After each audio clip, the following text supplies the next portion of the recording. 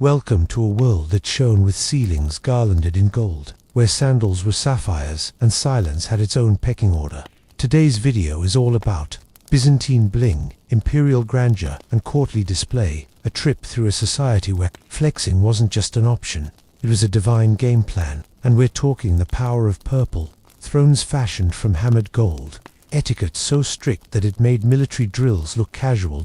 From the fiery torches of the Magna Carta Palace to the way courtiers bent at the knee, each motion, each jewel, each whiff of scent in the room served as a carefully calculated emblem of status, of power, and of unchallenged imperial authority. You're not just about to learn history, you're entering an elite, opulent, world that made empires without having to strike a single foosball. Watch to the end and leave a comment.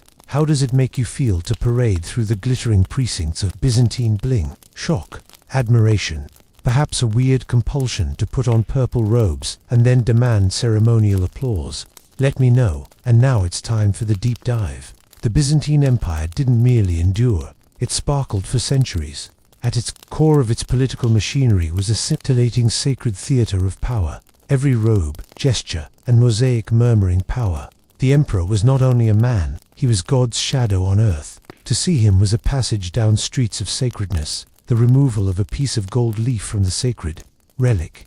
Byzantine bling was more than mere eye candy, it was propaganda, pure and simple. The Hagia Sophia was not only a church, there was a spell. The golden domes were casting psychological warfare. You're a foreign ambassador. Think, you go walking into a basilica the size of a football field. Walls so high they disappear into shadow, shimmering glass mosaics, saints who look like they're watching you breathe, candles that twinkle like a sky full of stars. You're informed that this isn't even the emperor's main palace room. That's when it dawns on you. These folks don't merely rule land, they rule heaven's aesthetic. Purple wasn't just a color, it was a weapon. Tyrian purple could be worn only by the imperial family, and making it entailed grinding up thousands of murex snails for a few drops of dye. It was treason to carry it without leave. The robes were not sewn, they were conjured. Every piece was an antique, woven with golden thread, encrusted with gems, at times even perfumed with imported incense worth a fortune by the ounce. Even sniffing the emperor could bankrupt a village. But the real secret to the terrifying efficacy of Byzantine grandeur was the ritual precision of it. Everything was scripted. The motion of a servant, the approach of a general to the emperor, the angle of a bow, the very number of steps taken in silence. Nothing was left to chance. The emperor did not just walk into a room. He came down like a heavenly body, sometimes shielded by a curtain, until the moment his golden shoes hit the marble floor. The Book of Ceremonies. A commission from Emperor Constantine VII. If you imagine a sort of fantasy novel for controlling the world, that is what it reads like. In it, you'll learn how to perform everything from coronations and banquets to triumphal entries and marriages, and even how to sneeze near the throne. Every act, in other words, served the purposes of hierarchy, of stability, and of the impression conveyed, like the empire itself, of eternity. Palaces, such as that of the Great Palace in Constantinople, and, later, the Bloshany, were never comfortable houses. They were labyrinths of status. Onyx and porphyry lined the floors. The walls glinted with golden tesserae. Even the curtains served a diplomatic purpose. They were not only occluding light, but also controlling disclosure. They are sort of like old velvet PowerPoints. And the throne room. Oh, you couldn't just walk into it. You were called upon, and the throne sometimes rose from the floor on a mechanical device, while mechanical lions roared and birds sang. It was the first animatronic intimidation device in the world. Diplomatic audiences were not meetings, they were traps of the mind. Foreign leaders would be led through a maze of corridors, would suddenly arrive in a room that glittered with everything, and before they could even blink, the emperor would appear, silent and luminous like a messianic statue come to life. You don't negotiate policy with a man who is a living god. You nod, you bow, you leave with a gift and some fresh orders. Even food was performance. The banquets were enacted as choreographed proceedings with waves of incense, gold tableware, and music produced by court choirs who were trained not only in singing, but also how to stand still for long periods. The emperor wasn't eating with you. He sat above, watched you eat, and if you were lucky, tossed you a grape. Like some cosmic zookeeper, the body of the emperor was sacred. ensured by the Scalae and the Varangian Guard. Yes, the huge Norsemen wielding axes, loyal only to the throne. They weren't just protection, they were the last heavy line in a political art piece, whose every other weapon had been an aesthetic one. But the appeal of Byzantine decorum wasn't limited to its imperial peaks. It was in the way this aesthetic trickled down. Art, in the time of empire nobility, imitated imperial dress. They ornamented churches in a palace-like miniaturized manner. Even the poor could catch occasional glimmers of the divine in icons and relics, carried through the streets in processions. The empire spread hierarchy like a jewel spreading sunlight, fractal power. And when the empire decayed, what do you think survived the swords? The style. Even the Ottomans, who took Constantinople in 1453, eventually accepted its conventions. The Sultan didn't enter the Hagia Sophia with his army to blot out its past, but to drink in its glory. Byzantine bling was not all about flexing wealth. It was an operating system, one that transformed beauty into power, aesthetics into authority, and ritual into permanence. While the emperor blazed in heavenly gold and Tyrian purple, those who surrounded him, the courtiers, and the court, was a living constellation of rank. These were not just aides, these were walking, breathing symbols of order. Everybody in the court had a hierarchical position in the symphony of the court, and their very presence had to be a political choreography. The hierarchy was precise enough that how far one stood from the emperor in ceremonial situations was a correct data point. The closer you were to the sacred, the more sacred the proximity, kind of like standing beside radioactive power. Except, in this case, the radiation was divinely sanctioned prestige. The court titles were a lollapalooza of Byzantine terms. Of art, you had the proto-vestiarios, the guy in charge of the emperor's wardrobe. Yes, clothes were that political. Parakoimonos, the emperor's chamberlain, who literally slept in the vicinity of the emperor, and Logachechisisto, a minister of communications. Diplomacy, but also the master of ceremonial messaging. What your name was did not matter so much as what your title was, and what your title was didn't really matter unless it could boast a history of imperial favor. Decorative motifs were not just pretty, rather, they signaled coded messages. Mosaics depicting Justinian and Theodora were not just portraits, they were theological manifestos. Consider the eyes, big, round and stylized, the gaze unwavering. The message, they don't just rule. These people, they see all. Their clothes, bedazzled, not that they were vain, but they were proclaiming that even the threads they wore were anointed as godly decree. Even the jewelry itself was essentially a kind of encrypted communication. A court official's belt buckle might indicate his bureaucratic department. A lady's earrings weren't just accessories, they could allude to her family's adherence to the dynasty, to her marriage alliance, or to her status within the imperial harem. The Byzantines were practically the originators of accessorizing with intent. Even hairstyles had rank. To crop one's hair short as a man was an act of repentance or mourning. To be visible with hair uncombed, social heresy. And heaven help you if you tried to wear shoes that appeared to imperial incorrect boots, might find you exiled. The issue hit an iconic nerve when it came to the emperor's shoes. Red, plain, or adorned with double-headed eagles or crosses, made of silk or leather or brocade, stitched up by golden thread, by artisans who wouldn't have gotten anywhere close to their own creations ever again. Now, add silence into the equation. Silence did not reek of awkwardness at the Byzantine court. It was sacred. An emperor could hold court without speaking. A single word, letting golden robes, the perfumed air, and the trembling anticipation of his words do the job for him. When he spoke, it was frequently through a spokesman. When the ruler spoke, his words didn't constitute everyday speech. They amounted to doctrine. Anything he said would be a letdown to his mystique. He was an oracle on legs, not a partier. But it wasn't only within the palace gates that the grandeur could be found. Pageantry reached from the court to the streets. When the emperor passed through Constantinople, it was a blink storm on wheels, or more accurately, hooves. The streets were cleared. The citizens did not queue to cheer but to witness. The emperor was often heralded by a choir, then imperial guards, then silken canopies above his head. Whether it was raining or not, flowers were strewn, incense was also burnt, and, as the occasion might require, relics were carried beside, which added a heavenly stamp to the march of the empire, not to mention religious ceremonies, where political and spiritual theatrics were one and the same. At Easter or Epiphany, the court transformed the liturgy into a heavenly Broadway revue, all glistening in candlelight. The golden mosaics, which shimmered in a corridor of cosmic top-lighting, sparkled in strains of chants, incense, and a procession of the emperor into Hagia Sophia. He would kneel, not as a man, but as an axis between heaven and earth. It was as if Christ above the dome, the Pantocrator, even frowned upon me, not in judgment, but in knowing. Courtly manners even governed the manner of standing or sitting. Standing straight, with hands hidden in sleeves and the eyes dropped, was the default respectful pose. Laughing, dangerous. Sneezing in front of the emperor, mortifying. You lost space, not face. And currency was proximity in the Byzantine court. It bought you favors, protection, influence, and, occasionally, a sudden blinding in the night if you wielded it the wrong way. The penance was also draped in ceremony. The empire didn't always kill you. If you were a danger, that was too crude.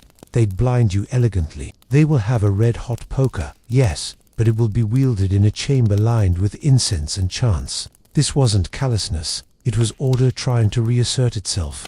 A blind prince could rule no longer, not because of a disability, but because of a ritual disqualification. That's the key. All of that was symbolic things. Even officialdom was gold-leafed with ceremony. A tax-gatherer did not exact currency only. He might be armed with a wax-sealed document bearing imperial sigils. He might wear a robe that was the color of his fiscal authority. He might utter a formula that wed the act of taxation to the harmonious way of the gods. You did not pay the empire. You partook in its metaphysical stasis. Architecture was another player in this monumental empire-wide art project. A palace avenue would have marble columns, each of which had come from a different land now conquered. From Egypt, from Asia Minor, from the Levant, each one polished into subjection and standing forever as a testament to the spread of Byzantine arm. The floor, under your feet, too, could be a tacit menace, a design of swirling porphyry to represent divine force. Trip on it, and this wasn't simply a case of clumsiness. It could be seen as a portent, deadly in a culture addicted. Two omens, servants, soldiers, eunuchs, and musicians were performers in this psychological palace theater. Eunuchs in particular were favored as they could not establish dynastic lines.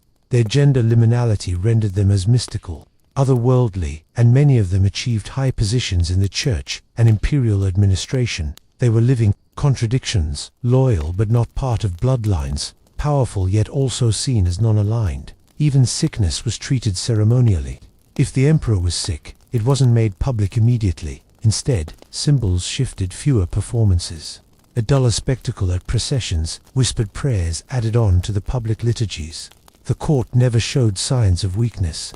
It adjusted the performance. The craziness of Byzantine courtly decorum was that it did not aim at beauty as such. It aimed for permanence.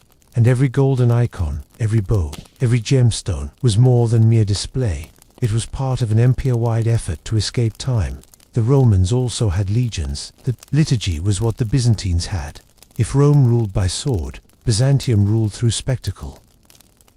Byzantine splendor was not just an experience contained within its palace walls. It bled into nearly every facet of metropolitan life in Constantinople. The city was a jewel box, a carefully edited setting to underscore the empire's right to permanent glory. Its roads weren't just cobbled cosa, they were arteries of power. From the Augustine Square, where imperial messages were displayed to triumphal arches, every public space hammered home the story.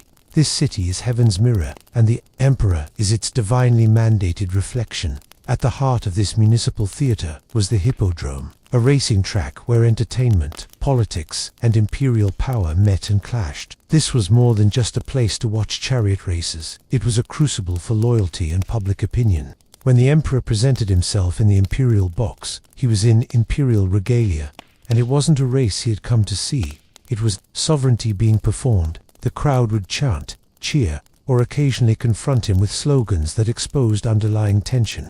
But there was even behind this chaos a kind of choreography. The emperor's responses were cautious, his movements small but perfectly formed. A single wave of his jeweled hand could signify favor, forgiveness, or ferocity. Not even the hippodrome factions, the blues and greens, were mere sports fans. They were semi-political factions based on the allegiance of aristocratic families. urban anger, and even at times religious splits. So when the emperor took a side, it was not flippant. It was strategy dressed in sequence. Consider the Nika riots of 532, when the hippodrome became a blood-drenched battlefield. Thousands were killed. But when Justinian put down the revolt entirely, he rebuilt the Hagia Sophia bigger and better than ever. The message: you can burn the body of the empire, but its face, its image of divine order, will always come back shinier. Now walk inside a Byzantine church. You are in more than a house of worship, you are in a gateway. Light streams in from tall windows and dances over gold mosaics. Saints hover weightless on the walls, and Christ's Pantocrator in the dome gazes down with all-seeing, mildly judging serenity. The imperial court did not just fill these churches, it owned the spiritual script. The emperor did not approach the temple as a worshipper, but entered it as a co-celebrant of the divine glory. Priests sang in overlapping harmonies, incense wafted among marble columns. Sacred relics were hoisted like trophies of metaphysical warfare. Byzantine spirituality was not distinct from courtly aesthetics, it was integrated with them. It was sometimes even a stylized passage from earth to heaven to enter a church. Imperial patrons like Justinian weren't paying for churches out of piety alone. They did it to establish their eternal relevance. The mosaics of Justinian and Constantine giving the city and church to Christ in the Hagia Sophia. It's not just flattery, it's legacy management. Icons became the spiritual bling of the Byzantine universe. These weren't paintings, they were passages, made with egg tempera, gold leaf, and the tears of nervous monks probably. They were kissed, wept before, paraded through pestilential towns, and brought into battle. An emperor could charge into battle with an icon strapped to his breast, thinking it would shield him from arrows. Sometimes it did, sometimes it didn't. In any case, the icon outlived the horse. Even so, icons did not remain immune to imperial politics. In the 8th and 9th centuries, the empire tore itself apart in the course of the iconoclast controversy, a visual civil war. Emperors like Leo III felt that the veneration of images compromised perilously with idolatry. Icons were banned, mosaics were stripped from church walls, artists concealed their brushes, monks wept into their sleeves, and for almost a century, the empire's visual language experienced an amnesiac crisis. But it didn't last. The icon's return, in what is known as the triumph of orthodoxy, was not only a religious victory, it was a cultural one. Gold returned, eyes widened. Christ's eyes again stared down at viewers, as if a God's eye security cam. Courtly education mirrored this bling-blinged order, like adding and subtracting for the sons of noblemen. Logic and rhetoric were not just for their own sake. They learned to speak, when to speak, and the tone of their speech. You could recite Aristotle to your heart's content, but bow a second too late. Make eye contact with the wrong eunuch, and boom, toast. Knowing the correct ceremonial phrases was more valuable than geometry. And writing. Oh, writing was an art form. Byzantine manuscripts glittered in gold paint. Marginalia boasted twining vines, holy miniatures, and the odd dig at a political enemy inscribed in an illustrated initial. It was passive-aggressive glitter. The empire economy also spoke the language of imperial performance.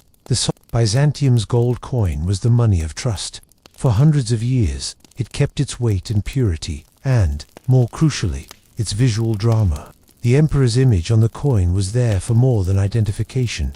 It was a portable icon of order. Go into enemy territory, flash a solidus, and you were a man to be respected. Even adversaries grudgingly respected Byzantine coinage. Some copied it, some hoarded it. Other rulers had kissed it before signing peace treaties. Commerce was an activity saturated with prestige. Silk, for instance, was not a luxury only for the wealthy. It was state-managed. Between the imperial workshops, creating special robes that only certain people were allowed to wear.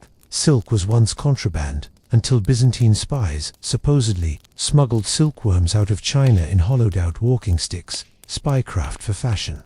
That's how serious they were. Even the markets of food smelt of imperial echo. Indian spices, Caucasian furs, Arabian perfumes. Nothing could get from one end of our known world to the other without passing through Constantinople. Its walls encrusted with gold, its sanctuaries doubling as stores, where shopping might be an act of worship. In fact, a lady of rank might choose her cinnamon as a priest chose his relics. Vendors vied not just in quality, but in spectacle. The The pomegranates were piled like rubies. Dates were polished. Fish was presented in geometrical shapes. You weren't grocery shopping. You were entering into a thing of beauty. Edible mosaic. Underneath it all lay a paradox. The most potent weapon of the empire was neither its army nor its navy, nor even its theology. It was aesthetic bullying. Byzantium was a kingdom of mirrors that aimed to turn every gesture, garment, surface toward eternity. But the average citizen, a baker, a fisherman, a merchant, might not wear Tyrian purple or sit at a table where the dishes were made of gold. But once a year, during a parade or on a feast day, they'd catch a fleeting glimpse of the shimmering emperor. They'd spy glints of relics in torchlight. They'd listen to choirs sing notes that reverberated through gold domes, and in the next moment they'd think, "Screw the empire." This was Paradise's front lobby. As the imperial court glittered in public splendor, behind its polished marble corridors murmured another level of Byzantine reality. The hidden rituals, secret diplomacy, and stage-managed surveillance that kept the bling in place. Because nothing that sparkles lasts for centuries without some seriously square-dealing shadowy reflection. The empire's most powerful performances were not in the coronations or in the liturgies. They were the ones that nobody outside the palace ever saw. Within the bowels of the great palace of Constantinople, beyond the great bronze doors, lay the innermost sanctums. These were not rooms, they were mysteries. The Chrysotriklinos, for example, the much-admired golden reception hall, was so lavish as to be oppressive to silence as well. This room had walls all tiled with gold mosaic, ceilings vaulted like the heavens, and in the midst of it all throned the emperor's mechanical throne. Yes, mechanical, said to stand by hydraulic pressure. Behind it, life-size animatronic lions that could roar and flap their wings. Not as mere novelty, but as an assertion of dominance. But little did many people know that access to these areas was tiered. There was a performance ladder. A courtier could put in 20 years and never see inside that room. The rest could never hear anything beyond the descriptions make-believe, partly true, hissed like a fable in the dark. And that, as the historians Ken Macmillan and Michael Payne suggested, was the genius. Mystery compounded the mythos of the imperial divinity. The most potent weapon of Byzantium's PR war wasn't what it showed, it was what it did not. Some of the ceremonies were so secretive. They took place at night, concealed behind velvet curtains, under the light of oil lamps, with no witnesses other than a select circle of eunuchs and ceremonial clergy. The imperial anointing, for instance, wasn't just a public sprinkling of holy oil. No, it was a profound mystic scene. The emperor became a living relic. His body was integrated with the state's sacred metal. Afterwards, he would not just be a king, he would be untouchable, semi-divine, clad in garments made from gold thread and literally radiant in the candlelight. And this being eunuchs, these weren't wallflowers, they were the gatekeepers of the empire's most inner gears. As men who could never father children, they were considered politically safe. And in Byzantium, safety was opportunity. The most trusted eunuchs controlled access to the emperor, handled private correspondence, scripted ceremony, and even, in rarer cases, intervened in succession. Others rose so high that a well-aimed nod from them could make or destroy imperial careers. But their real genius was for decorum as power. Eunuchs didn't shout commands. He just arranged the emperor's robe before a procession and muttered to a chamberlain.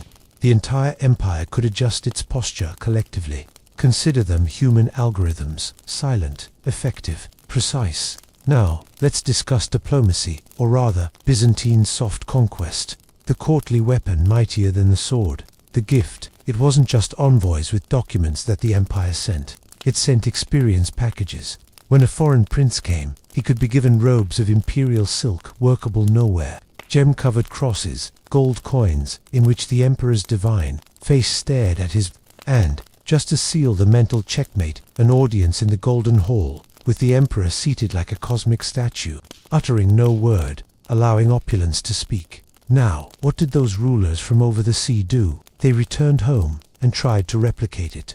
The Franks, the Slavs, the Rus, all of them, at some point, stood slack-jawed before Byzantine Bling and said, "We need that." The nobles of Kiev and Rus came back from Constantinople with a court ritual fetish. Even Charlemagne aped their coronation style, decades after Rome was already supposed to have fallen. This wasn't diplomacy. This was style as empire. Gifts weren't only for impressing, they were loaded traps. A cloak presented to an alien noble might be a gesture of alliance or submission. A tablecloth embroidered with the face of Christ was not merely home decor. It was theology in fabric form. Our God reigns through our emperor. Do you want to be on the losing side of that narrative? This aesthetic weaponization found its apogee in marriage diplomacy. Imperial daughters did not marry for love. They went off as prestige bombs. When Anna Porphyrogenita, born literally in the purple, married Vladimir of Kiev, she didn't just bring dowry, she brought a branding. He converted to Christianity after she arrived and fully embraced Byzantine rituals. Pretty soon, his city's churches began to resemble mini Hagia Sophias. His clothes got flashier. His court got quieter. He had been infected gorgeously, all too willingly, by the Byzantine virus. But even in the court, marriage was strategy masquerading as ceremony. Weddings were bejeweled spectacles of silk, incense, choirs, relics, legal oaths, and feasting. They were not only more than unions and art, they were policy statements. Every gesture, every embroidered sleeve, every candle in the chapel was measured to maximum symbolical effect. That if the emperor's niece was married to a general, everybody in the empire knew what kind of political quake it was beneath that gold-tiled roof. Beneath it all, however, the architecture had propped up the deception. Palaces were linked to monasteries by secret passageways so that emperors could appear without warning at the sacred centers. Passages, the underground passages, were made for strategic movements and not to seen. Some windows were even made so that the emperor could watch public processions without anyone being the wiser. Reverse surveillance, always in charge. Even sounds were scripted. Time, movement, and meaning were signaled by trumpets, chiming bells, and chants. If a particular hymn was performed at a particular time of day, the entire city, the fishmonger, and the bishop alike, knew precisely what it signified. Sound was not ambient, it was linguistic. It was authority etched into air, and scent. Oh yes, scent mattered. The court was perfumed with saloops from Persia and Arabia. They perfumed rooms, robes, and relics. When you entered a hall, it wasn't just about visual drama. It hit you in the nose like a kind of divine warning. You are now in the presence of sanctified power. Some of the spices were only for royal use. Smelling like cinnamon was not just fancy, it was almost traitorous, unless you had court rank. The emperor's secret perfume, a state secret, literal classified fragrance. All of it was fueled by a bureaucratic machine as dazzling as it was dense. Scores of departments monitored ritual adherence. Somebody had a job counting how many steps a bishop took in the wrong direction during a feast day. Someone else oversaw an emperor's handkerchief collection, a record that listed, on an entire scroll of paper, who had touched what robe, when, and why. There were ceremony auditors, those who graded rituals as if they were dance judges at some kind of sacred plus Olympics. The genius of Byzantium was not only that it created this system, it's that it believed it, with full sincerity. The empire's elite didn't regard these as inflated formalities. They regarded them as the cement of the cosmos. If the emperor's robe glimmered just right, then maybe the Nile would flood on schedule. And if the rhythm of the procession went astray, comets would turn up. This wasn't vanity, it was cosmic maintenance. Byzantium was the great magician. On the surface, it glowed like an untouchable talisman. Gold-lit thrones, sky-reflecting domes, scrolls thicker than your leg. But look hard enough, and the cracks were always there, obscured by a mist of incense and song. The genius wasn't to forestall decline. It was to conceal it so deftly that even failure came to resemble ceremony. The secret weapon of the empire was spiritual legitimacy, deadlier than any spear. The emperor, it turned out, was not rich enough, nor powerful enough, nor well-dressed enough. Something of a divine clog he must be. So, the empire spent centuries telling a story that the emperor didn't merely govern Byzantium, he was selected by God to keep the world's chaos at bay. And it was a lie, in the eyes of many, but the truth, in the eyes of others. Start with the coronation. It wasn't a matter of crown on head, applause, done simple. It was a theophany, a case of heaven and earth momentarily syncing up. The emperor arrived at the Hagia Sophia, not as a man, but as a shell. They were dressed in sanctified robes, which were placed one by one upon him by eunuchs, each being emblematical of some grand conception of the universe: justice, mercy, power, divine favor. patience, victory. As the crown was finally lowered by the patriarch upon his head, the choir didn't merely sing, they ordained a new axis for the world. Time itself reset. The empire turned metaphysical. And this was not only for people inside the iglesia. Copies of the ceremony were dispatched, written across icons, hacked into ivory, sung in faraway provinces, including, yes, illiterate farmers, desert monks, northern warlords, through images, aromas, rituals. All of them, however imperfectly, experienced the power of that crown. Byzantine Bling was not about the face-to-face encounter. It was the being felt at a remove, like divine radiation. The body of the emperor had become political scripture. When he came out in public, he was blindingly, almost obscenely bright, but not in a relaxed way. Oh no, he had a perfect pacing to his presences, visits. Celestial alignments were chosen, solstices and stellar conjunctions, feast days and anniversaries of past victories. When he paraded through town, it was with the entire court, not spontaneously, but to order, to color, and to choreography. One wrong step could have led to panic. It is as if your high priest suddenly stumbled on a staircase. What is the meaning of this omen? But it was not only the emperor who was the embodiment of sacred myth. There was a mythology to every part of the court. The relics there, preserved in the Imperial chapel, fragments of the true cross. The Virgin's belt, John the Baptist's hair-yup, weren't just religious objects. Those were endorsements cosmic in nature.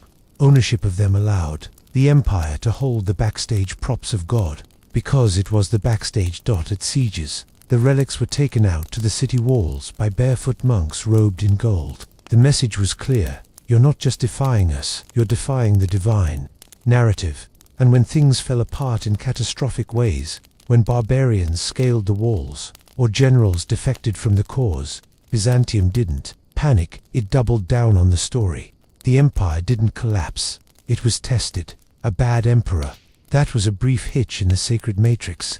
A plague, divine retribution for inadequate ceremony maybe. The machinery always managed a way to be correct, even when everything else about it was collapsing. That was the genius of Byzantine myth-making. It was impervious to fact. While other empires decayed from the inside out, Byzantium chucked more ceremony at the problem. Bad harvest. Hold a procession. War on two fronts. Increased the incense budget. Emperor assassinated. We will give him a full-dress funeral. We will declare that his successor is eternally preordained. And we will keep the choir singing.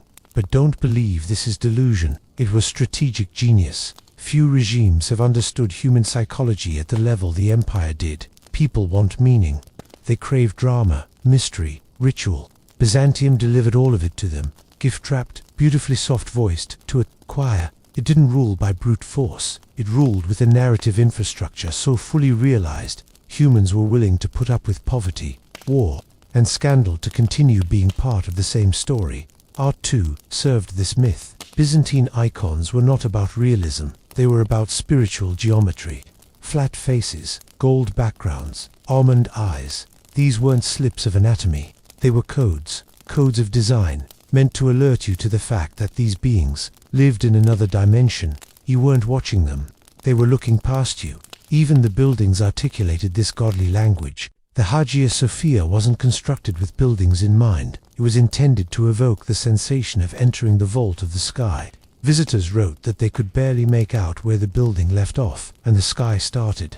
Other columns faded into darkness, mosaics in which light caught at such an angle that saints glowed from nowhere.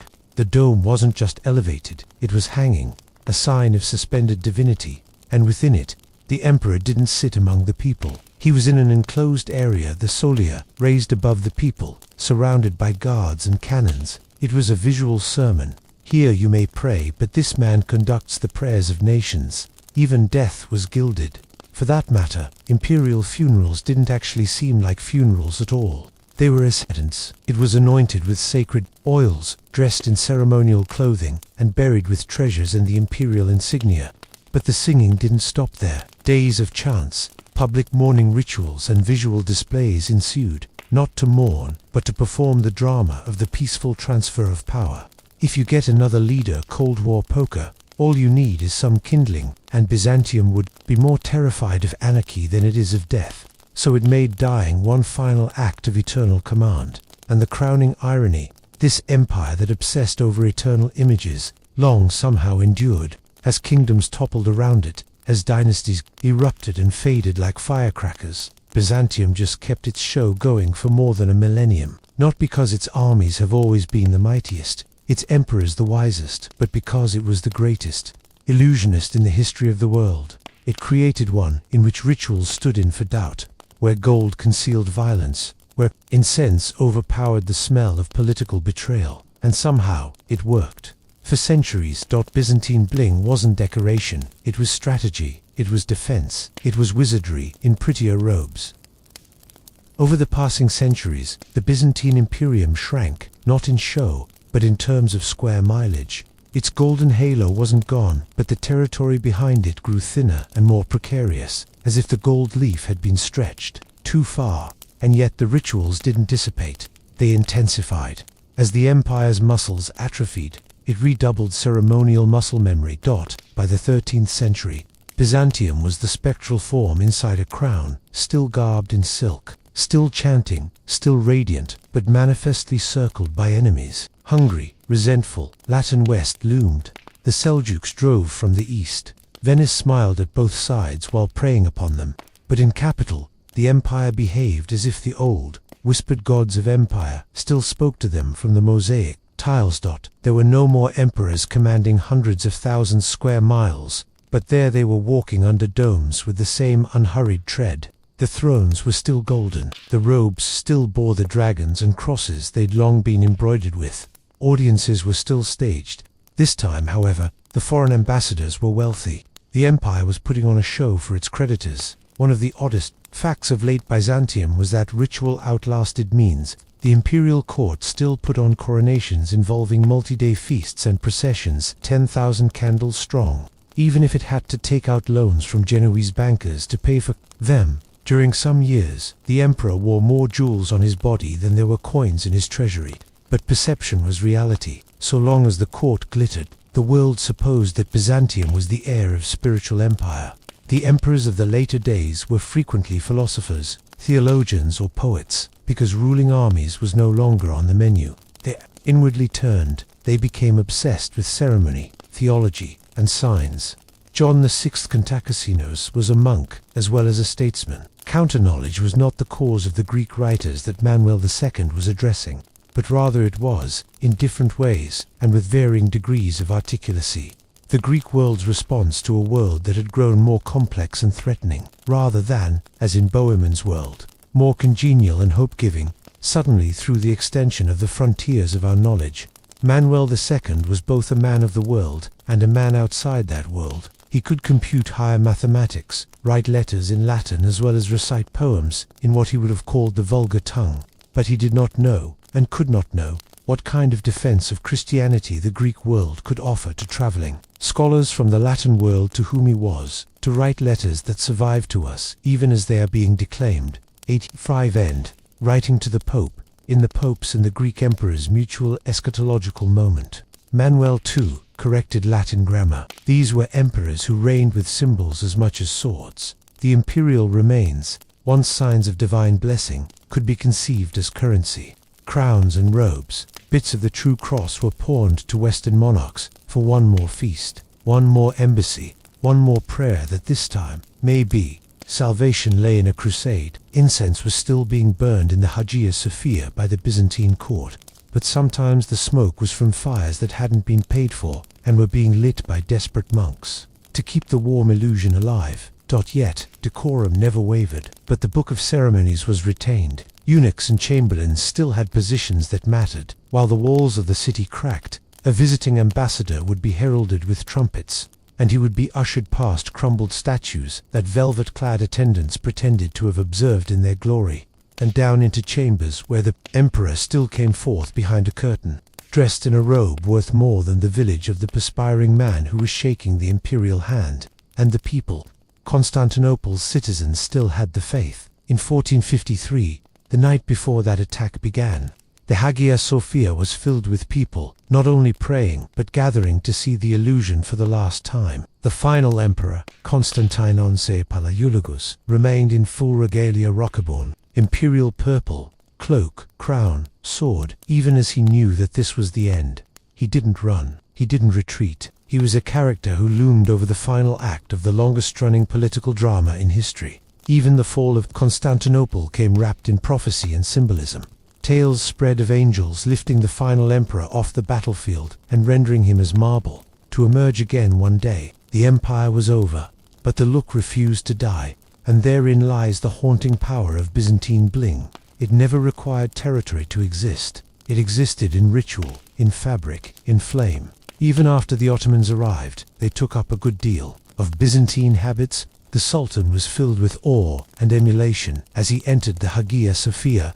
The processional ways were preserved, emperor as sacred figure overhauled, and that divine choreography survived, repainted as Islamic calligraphy and Turkish tilework. You can still see it today, in Eastern Orthodox liturgies, incense that swirls like imperial fog, in the gold mosaics of Ravenna and Venice, where saints glare at you through Byzantine-style icons, mass-produced for the amusement of tourists, heirs of a time in which every one of the brushstrokes could alter your soul's fate. The decorum of Byzantium outlived its emperors. Bling here was never just money. It was a weaponized myth, glittering, uncompromising, and so well told that even after the empire's heart stopped beating, the world still hears its gold-plated echo.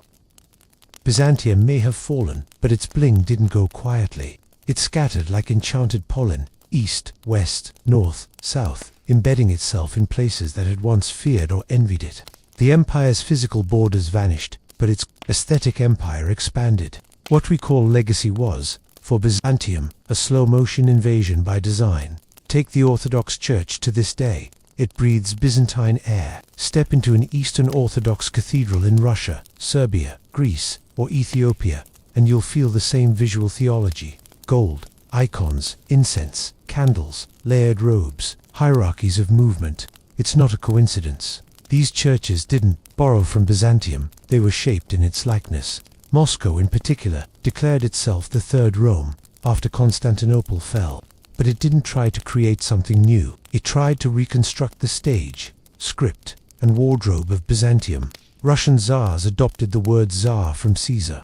Their coronations mirrored Byzantine ritual. Ivan the Terrible built onion-domed cathedrals, not for innovation, but to outbling the past. The robes got heavier, the court got colder, but the bones were pure Constantinople. Even the Western world, which had often clashed with Byzantium, couldn't resist its sparkle. Charlemagne mimicked Byzantine coronation customs in Aachen, Venetian. Merchants returned from Constantinople drunk on gold and iconography. Venice itself became a kind of shimmering, Frankenstein's monster of Eastern grandeur and Western ambition. St. Mark's Basilica, Byzantine bones under Italian skin. The Catholic Church, for all its theological differences, also absorbed the empire's performance instinct. Think of the papal tiara, the incense processions, the papal courts in Avignon or Rome, all of it dripping in carefully structured holiness. Byzantium showed the world that ritual equals control, and the Vatican took notes like an honor student.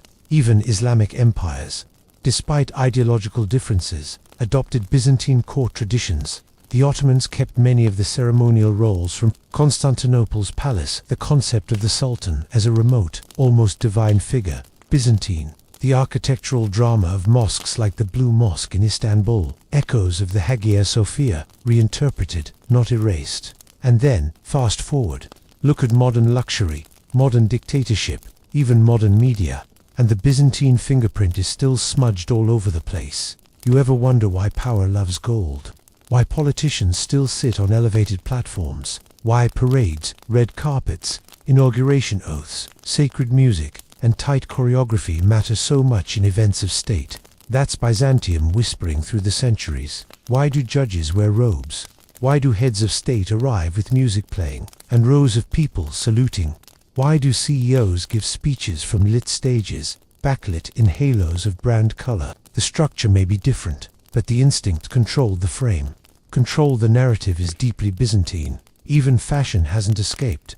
Designers like Dolce & Gabbana, Givenchy, or Alexander McQueen have dipped straight into Byzantine aesthetics for inspiration.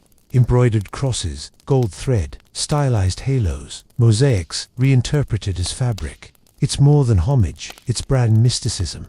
To drape a model in Byzantine style is to say, this person isn't walking, they're descending. And let's talk icons, not the religious kind, the pop culture kind.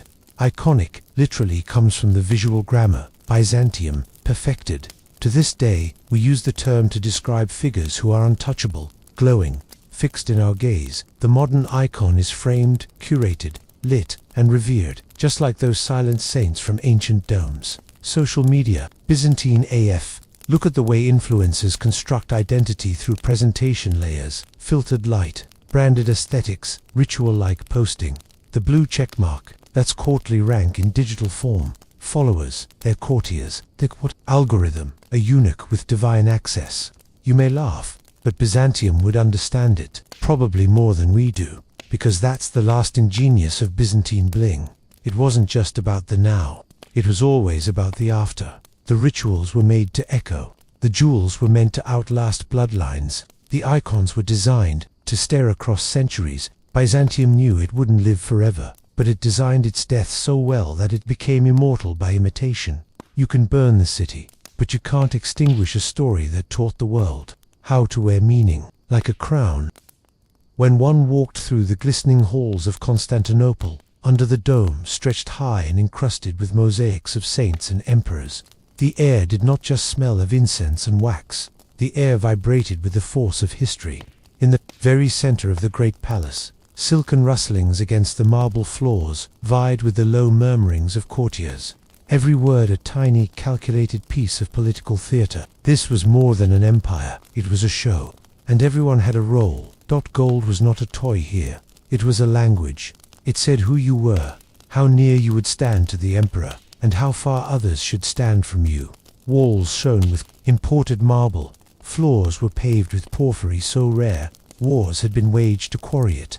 Thrones weren't just a place to sit, they were oracles perched atop stilts. The emperor's throne, carved giltwood studded with gems, was also built to lift and lower, operated by concealed winches, so that suddenly, even as he was mid-sentence, he seemed to lift and ascend toward heaven. That wasn't overkill. That was standard. All gestures in this world counted. A head was cocked, a sleeve was folded, a knee was bent. It was all a story of subjugation and power, of survival.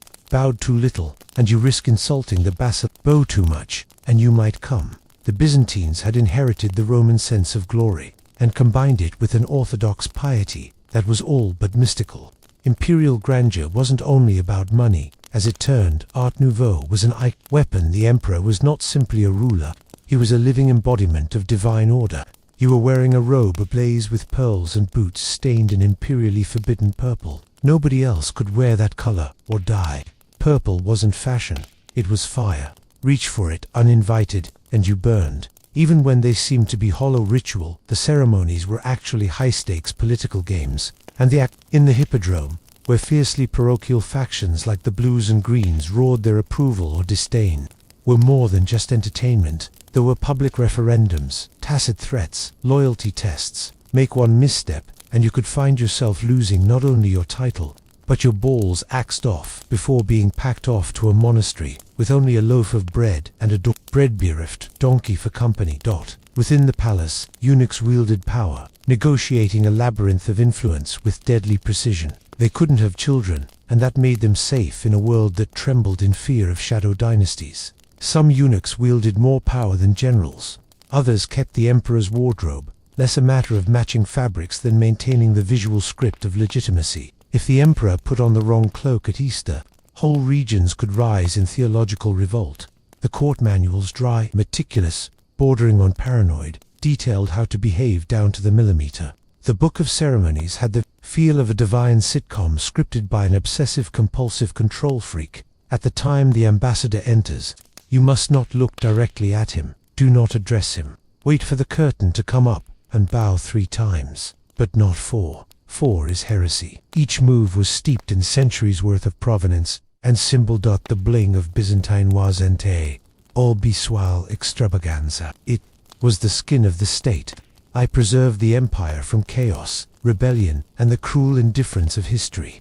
A rusty one can collapse from within, but a golden one that was of gold, blinded its opponents with incredulity. The architecture even whispered it. It is the jewel of the crown. But Hagia Sophia was a church. It seemed the very definition of cosmic might, focused inward. Its dome didn't just rest on walls, it hovered, it levitated, it disobeyed gravity the way the emperor himself defied mortality. Barbarian tourists walked in and wept, imagining that they had stumbled into paradise.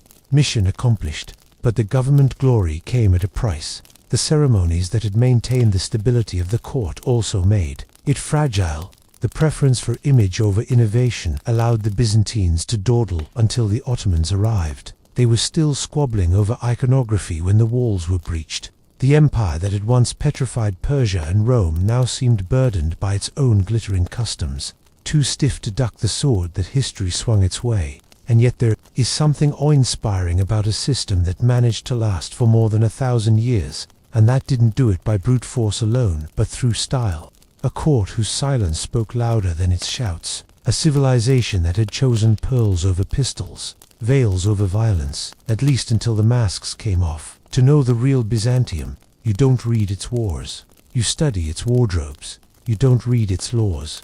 You read its rituals, and then, perhaps, maybe, you start to understand the alchemy of imperial grandeur, where cloth turns to command, gesture to gospel, and a single look from the emperor can write the fate of a continent. Underneath the gold-leafed ceilings and pearl-threaded tunics ran the actual machinery of Byzantine power, ticking silently in the shadows. Murmurs along marble halls, nods behind jeweled fans, alliances sealed in candlelit corridors. That swagger was no effect, just a nicely lacquered hide over a core of ceaseless calculation. Each brooch that adorned an empress's robe was a signal. Each icon that paraded through the city spoke louder than 100, 1,000 an army's worth of march. Visual extravagance was the armor of authority at court. Behind that reflective breastplate, though, were men and women whose real power was the knowledge of whose string to pull, and when. Power in Byzantium was not about shouting from balconies. It was all about remaining motionless in a way so perfect, so deliberate, it forced the entire empire to revolve around your silence. The emperor's authority lay in what he did not say. The power of the courtiers was in convincing others that they knew what he meant. Diplomats who came from the frozen courts of the West or from the sandy cales of the East often struggled to cope with not just the physical spectacle, but the emotional choreography, and they were not greeted as equals, but as players in a divine pageant, one that they were being indulged by being allowed to enter for a short time. They were placed apart at determined distances, allowed to enter into some chambers of the palace while forbidden entry to others, depending on the requirements of the story. They returned home under the impression that they had seen the gate of heaven, because that is precisely what the Byzantines had intended. It was more than political theater. It was spiritual theater. The Byzantines thought of themselves not only as a people, but also as the last upholders of Christian civilization, the new Rome, the legitimate heir of a divine mission. The emperor was not merely a political leader, but the incarnated shadow of an order that was Christ's. This belief inflected everything: the way banquets were served, the treatment of rebels. Insulting the emperor was not a crime. It was a sin. In the sacred heart of this empire, the sacred and the secular were never split. The palace was a church. The church was a courtroom. Court might start with incense and finish with exile. Justice might be dispensed from beneath gilt halos painted on the ceilings. And if the emperor could blind his enemies, he could also anoint a beggar. Mercy and cruelty were mirror images, two sides of the same enameled coin. The empress had her own kind of quiet authority, wrapped not in steel, but in silk. Her role at the court was crucial, if seldom in the public eye. She wielded patronage networks, ran charitable foundations, and frequently steered imperial policy with a velvet hand that could strangle when necessary. Empresses such as Theodora, Irene, and Zoe governed not as aberrations to the rule. Careers peak surprisingly early on Shakespeare's ladder, but they peak early on the throne too. But proof that in Byzantium, a whisper from behind a veil could drown out the roars of generals. At court, fashion was not a matter of personal taste so much as imperial scriptwriting. Tunics displayed embroidered acts of conquest. There were cloaks that bore astronomical diagrams. A robe was never just a robe, it was a mobile manifesto. The emperor's vestments reflected those of Christ, Pantocrator, on ceiling mosaics. The citizen. This was not vanity. It was validation. The empire rested on these mirrors, this theater, this mesmerizing symmetry between heaven and earth. Even the fabrics had status. The court's blood was silk. Its production was long so secretive that the Byzantine Empire sent scourges of silkworm eggs in hollow walking sticks to break China's stranglehold. Once it was up and running, the empire protected the silk industry as if it were a nuclear code's vault. No foreigners be permitted to visit the factories. Dyeing techniques were secrets that no outsider could ever learn. The empire didn't merely produce silk, it wove its mythology into it. Every color meant something. Gold was divinity, white was purity, red was sacred, and then there was purple, exclusively for emperors. It was not a preference, it was a law. The term born in the purple didn't just signify royal, it meant real, ordained, unassailable. The palace walls also boasted a special purple chamber, where empresses delivered their children so that the child might possess divine harmony as an inherent quality, before it even drew breath. Outside, on the crowded streets of Constantinople, ordinary men and women witnessed these rituals like a cosmological play in which they could never star. They applauded, bowed, cursed, and gossiped, but very few ever found their way to the inner sanctum. For most, the emperor was an idea, a remote, cloaked god-king whose image bobbed in processions or presided overhead in church domes. Their lives were still influenced by his routine. However, a coronation could cause bread prices to spike. A heresy trial might lead to riots. In Byzantium, theology ignited wars more quickly than famine, but the empire's brilliance wasn't limited to ceremony. It was in adaptability. Behind the brocades and incense lay a bureaucratic machine of chilling efficiency. Tax systems, spy networks, law codes, diplomatic intelligence, all of this hummed along below the Sturmunterdrang like a well-oiled machine. Once a month, the emperor could come dressed in full regalia, but his hand on policy was daily, through scribes and stewards and steely-eyed advisors. That is this paradox that ensures Byzantium will not be forgotten, an empire of velvet and vendetta, of incense and ice, of Aryan zealots and Arabian princes, of halos and horsemen. It controlled by deception and cunning, by attraction and violence. And finally, long after the gold was stolen and the mosaics pulverized and the icons mutilated, the memory of its beauty continues to glimmer. The Byzantine emperor's coronation wasn't just a political ceremony. It was a cosmic alignment, a miracle staged that fused heaven and earth. Each gesture was steeped in symbolism. The emperor took no power upon seizing it. He received it from God, from the people, from the layers of ritual that grew so old that often the very officiants could no longer remember what they meant. But that didn't matter. In Byzantium, the reality was the illusion. From the Hagia Sophia, the ceremony opened, not with fireworks but with fasting. And the Emperor to be stood as in humble silence, a body washed, a soul washed. Yet once the ceremony started, modesty disappeared. A pair of golden doors was slowly pulled open. Choirs burst into harmony that seemed to roll like heavenly thunder, and incense began to cloud the marble floor until the candidate might have been walking through clouds. The patriarch crowned him, but it was God who approved of him through signs, through spectacle, through the gasps of the installed elite. What slammed down the moment they placed the crown on his head was no man. He was a conduit, a symbol, an axis on which the whole Christian universe revolved. His image would also soon grace coins, medallions, walls, seals, not because Narcissus was staring into the reflecting pool, but to project stability. He was a concept in motion, slung in robes threaded with gold that were heavy enough to snap a lesser man's back in two. He could not yawn in public. He couldn't even sneeze without repercussions. His body, being all that his garment had been, was also sacred and public. The feasting began after the coronation, not on food, but rather on protocol. Tables ran like rivers through the palace, and each seat carried with it a coded signal of rank. Dishes arrived in hierarchy, the more exotic, the closer to power. Dried Syrian dates, peacock tongues from Anatolia, wine chilled by snow. From Thrace, the emperor might nibble just one bite and then stop, indicating a pause for divine contemplation. Everyone else froze. You did not eat when the emperor ate. You did not take the sip he took. You waited. That was etiquette. That was survival. The empire had manuals for everything from eating, to bowing, to breathing in the presence of royalty. If a visiting prince got it wrong, set his foot too far across a ceremonial rug, or neglected to show appreciation of a long-forgotten saint who was part of some obscure tapestry, he risked being perceived as uncultured, barbaric, or, worst of all, a political enemy. These were not merely guidelines, they were rituals. They were landmines, and the Byzantines were great at watching you trip over them. War itself had its imperial pageantry. In advance of battles, forces bore icons on high.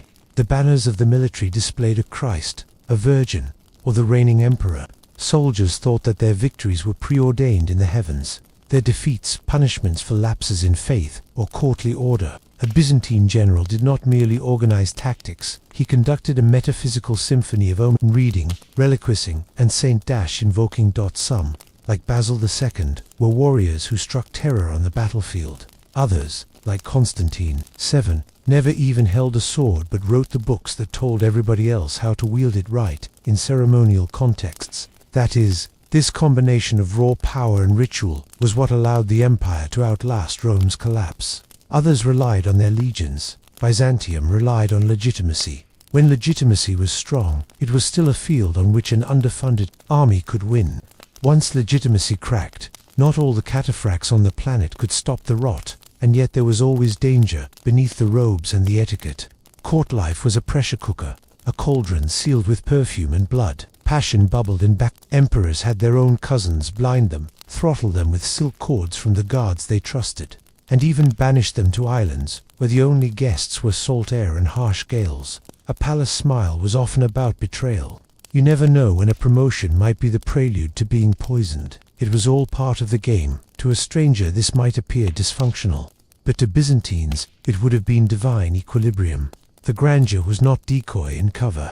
It was the ritualized corralling of chaos. So long as the surface was spotless, the violence underneath it could be justified as divine justice, or fate, or the simply inevitable price of glory that people accepted it, or at least, they learned to coexist with it, because they, too, were part of the pageant. On feast days, the processions flowed like rivers of iconography down the city streets.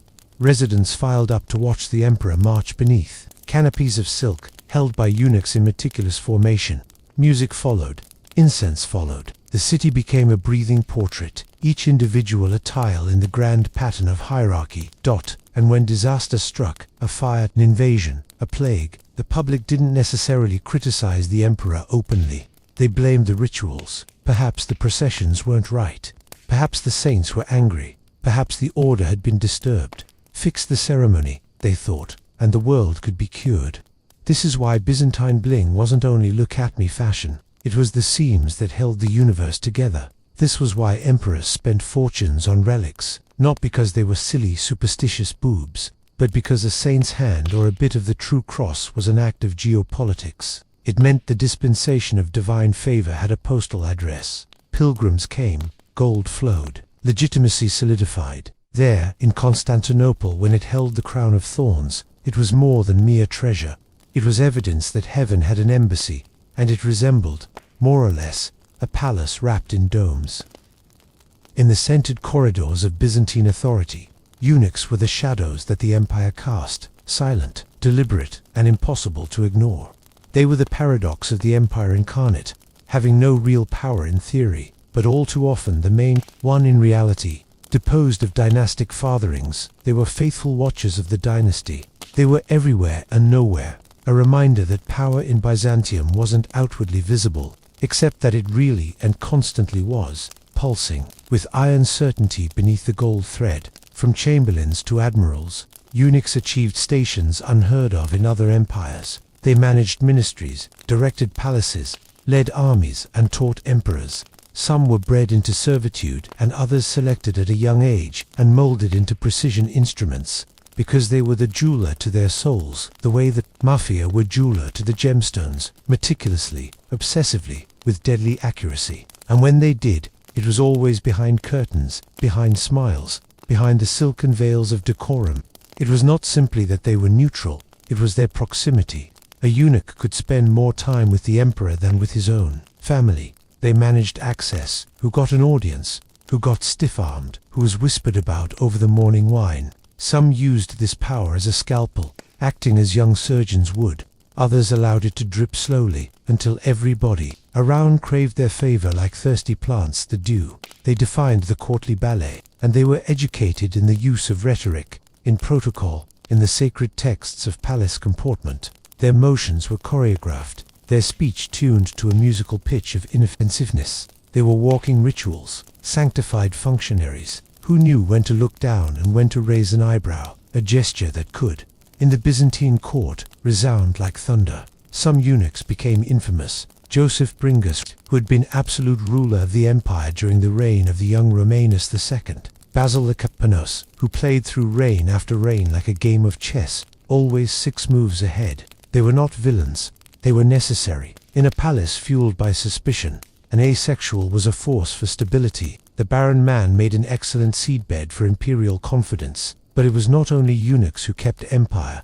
Monks played a parallel game, one shrouded in cassocks and holy incantation, but no less cutthroat.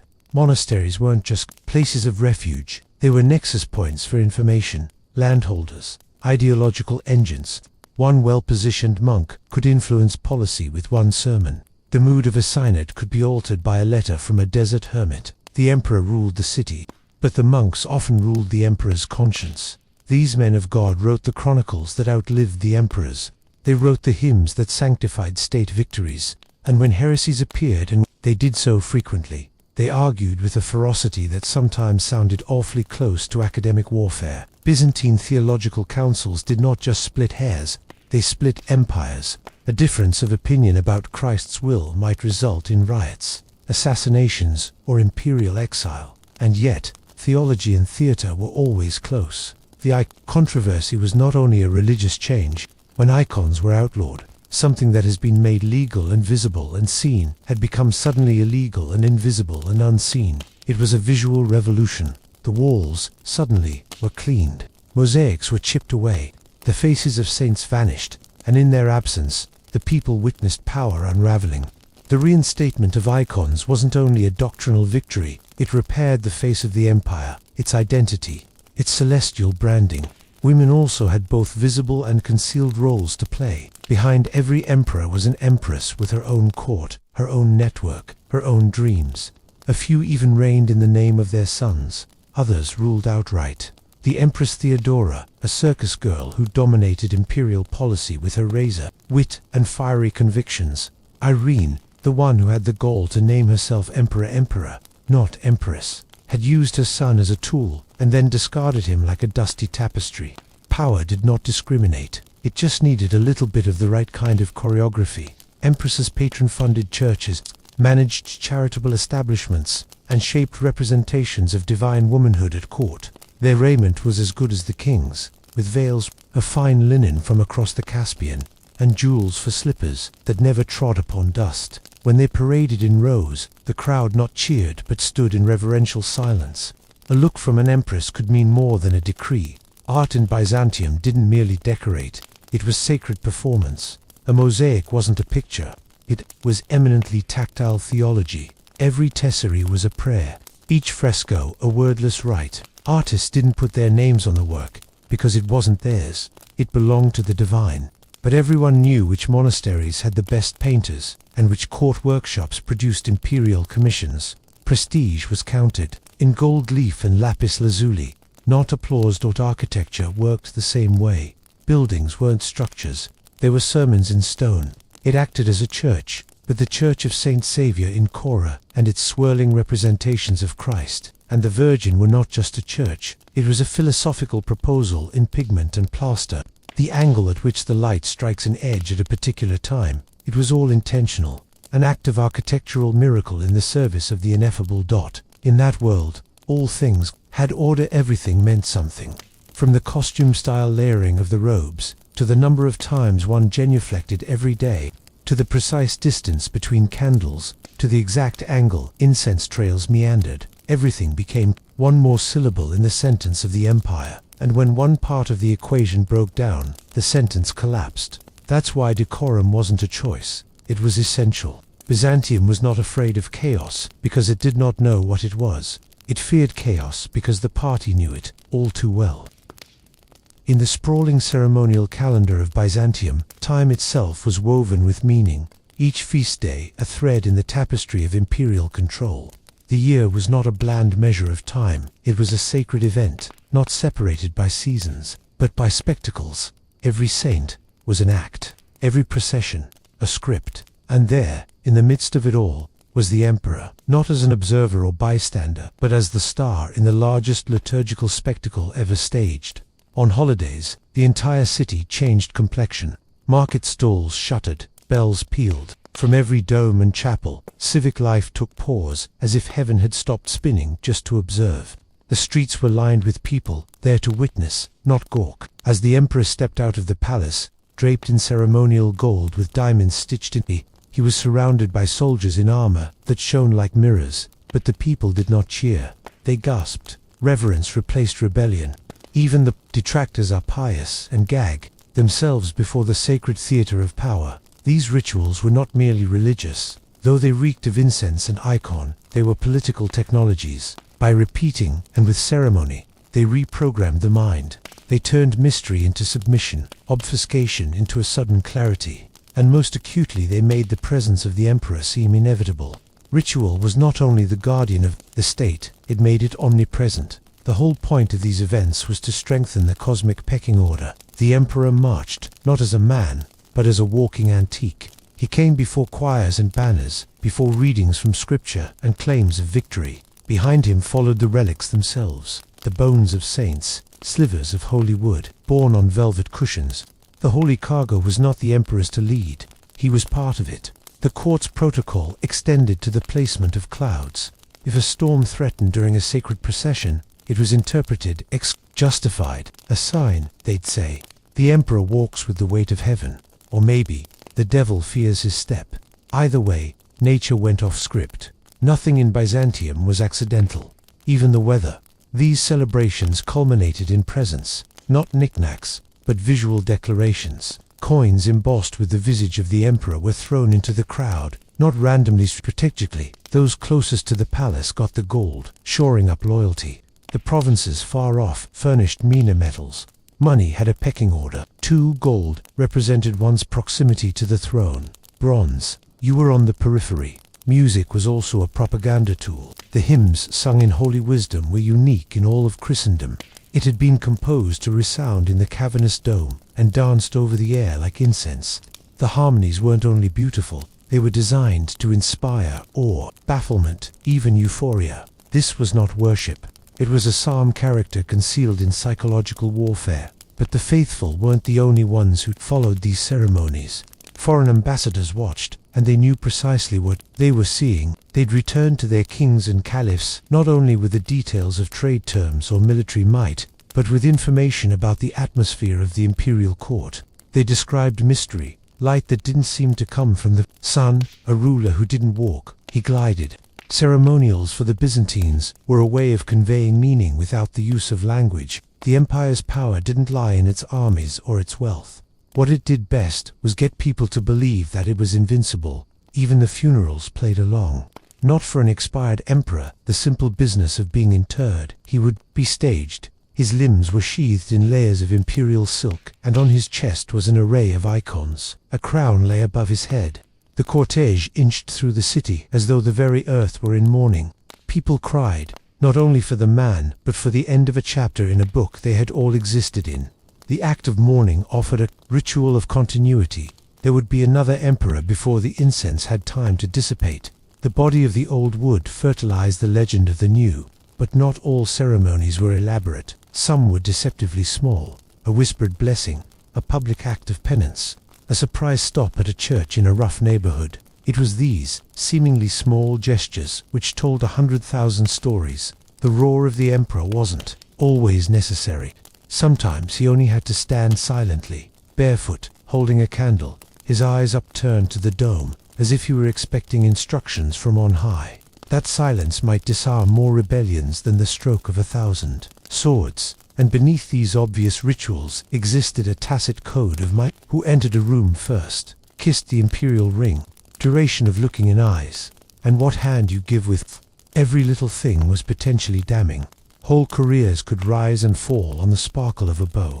Stories abound of acquaintances, ambassadors even, fainting from the strain after finding the angle of their kneel had been miscalculated. It sounds ridiculous until you start to understand that in Byzantium you might just lose your country, its trade routes, political clout, or go to war with everyone because you slurred the wrong guy. The same can be said for the Book of Ceremonies, a more than emetic protocol book composed under Constantine VII.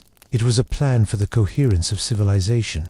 It told you not only what to do, but how to be, how the emperor should travel from the palace to the church, so as not to expose his neck to the sun, how an Armenian prince should be seated, how a Bulgarian envoy should be received. Every action was a theological polemic.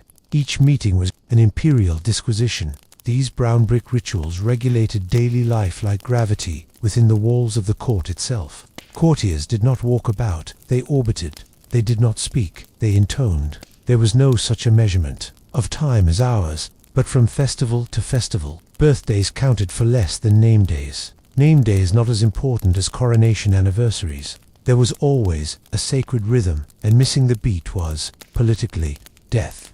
But this heady decorum did not crush creativity. It focused it. Artists, and poets, and diplomats, and even cooks, discovered ingenious ways to innovate within the rules.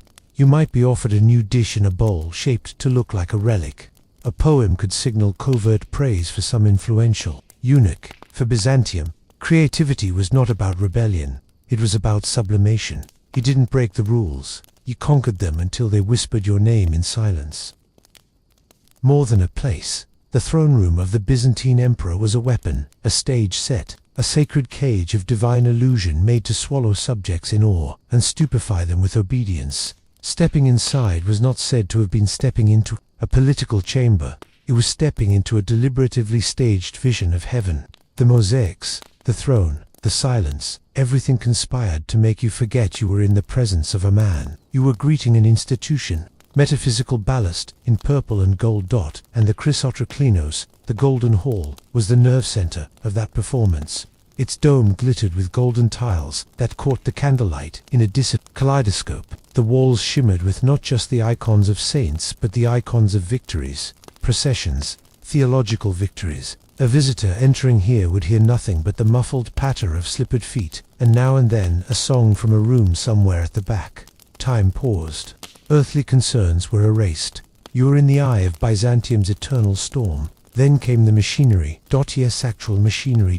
Below the golden silence lay an intricate world of mechanical marvels. Lions gilded life-size, frightening sprang to their feet to roar by means of air pressure and hidden bellows.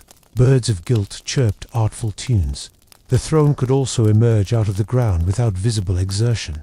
Put yourself in the sandals of a foreign agent, of an envoy with cod, looking on as an emperor rose into the air, and mechanical beasts clapped and cheered in a golden rage. That was not just theater. That was psychological siegecraft. No word was wasted, no gesture unmeasured. The emperor didn't have to say anything at all. The room spoke for him. It told you everything you needed to know. You were in a place where heaven and earth meet. And this man, this silent, robed figure, in the middle of all this activity you see before you, is this point of contact. When envoys arrived from the Franks, the Abbasids, the Rus, they came with gold, furs, spices, but equally important, they brought questions. Who are you? How powerful is your ruler? The throne room replied to them before the first word of diplomacy was spoken. And this empire does not bargain from a position of weakness. It radiates its will, but such illusion had to be maintained. Behind every glittering court ceremony was a corps of scribes, craftsmen, engineers and eunuchs, barely keeping aloft the facade of a mirage. Silk was repaired a thread at a time. Chairs were examined strictly for the emotional properties associated with incense, frankincense, indicating the presence of the divine, myrrh, lamentation, amber, a clear mind. Even smell had a role to play in the governance. This was also the emperor's court of justice, not the screaming, sword-wielding kind, but the cold, ritualized marchings of humiliation and reward. You might also see a noble brought before you in disgrace, unchained but forbidden the privilege of wearing shoes, compelled to stand on the cold marble floor in his bare feet. Deprived of even the dignity of sound, he would bow 3 times and plead for mercy that might never arrive. Every aspect of the punishment, the hush, the chill, The barefoot humiliation was an admonition. Power is not yelled, it is endured. At the other end, rewards were equally ceremonial. A courtier being promoted would not be given a document, he would be changed by imperial chamberlains into a new robe, a more exalted girdle, and new sandals. These were not garments, they were sigils. To be re-robed was to be rewritten. The throne room was a memory palace too. Emperors held events there in part specifically in order to anchor them in the public mind. A peace treaty could be signed. Below, a mosaic of the emperor crushing a barbarian, for that is what counted, not the ink. A coronation could happen in front of the relic of an object that represented the divine favor of the emperor. This was not an ornamental space. It was narratively loaded. And while the palace projected a veneer of control, it took in chaos. In coups, the throne room often witnessed the first blood. Rebels who trespassed upon the court seldom ruined it. They danced in it. They sat on the same throne, made the same gestures, bowed before the same icons. Established norms ruled even as they were usurped. The illusion must be kept up, or all the edifice must tumble. And, significantly, even emperors who had to seize power by force were at pains to maintain continuity in ceremonial. They could blind a rival, exile a patriarch, or purge the Senate. But in the throne room, they presented as changeless.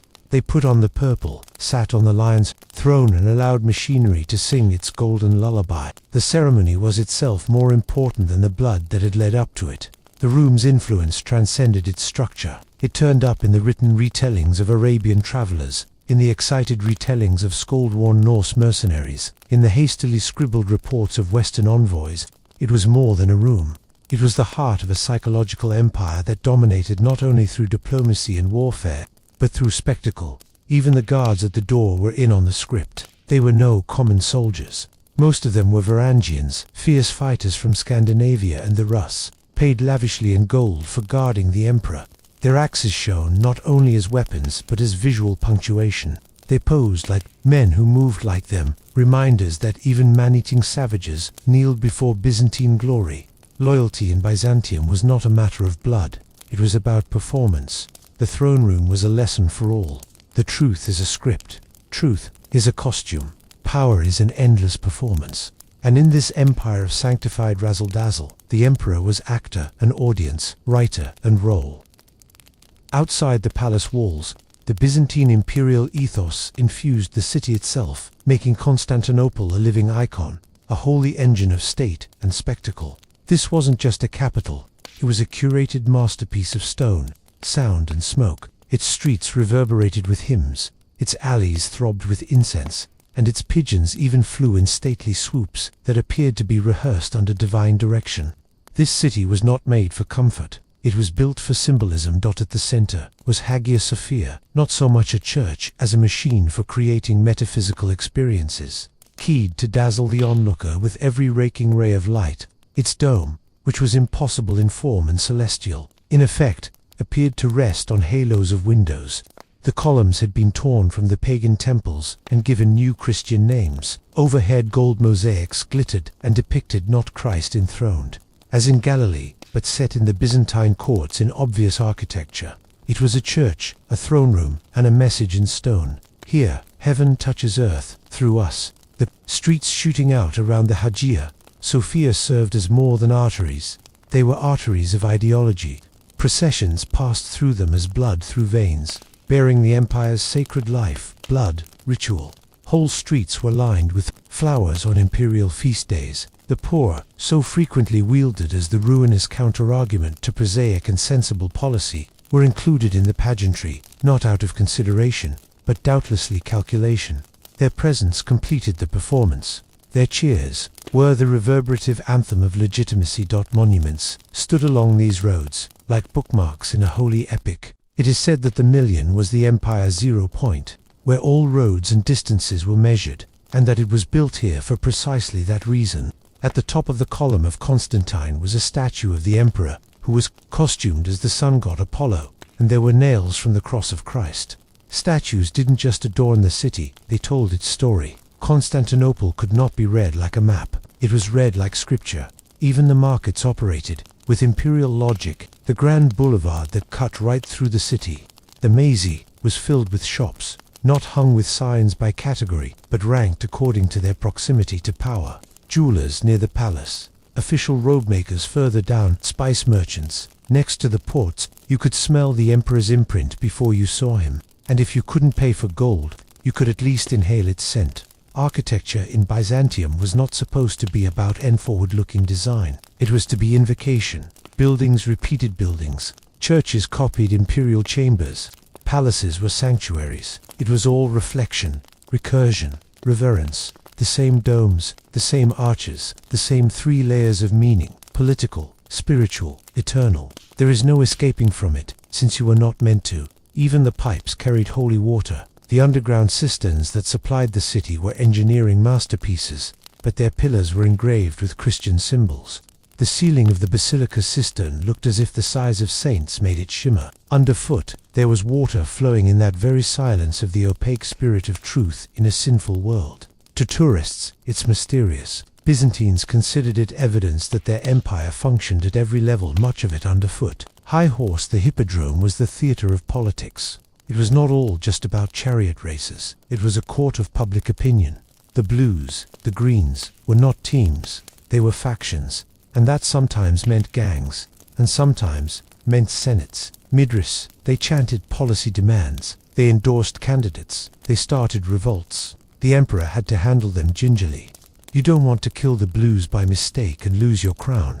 1 month's peace, perhaps, is all a gift to the greens would get you. And when she leaped in the kathisma, the imperial box that overlooked the track, the emperor did more than watch. He judged, he listened, he performed. If he smiled, it might be forgiveness. If he averted his eyes, it could mean war.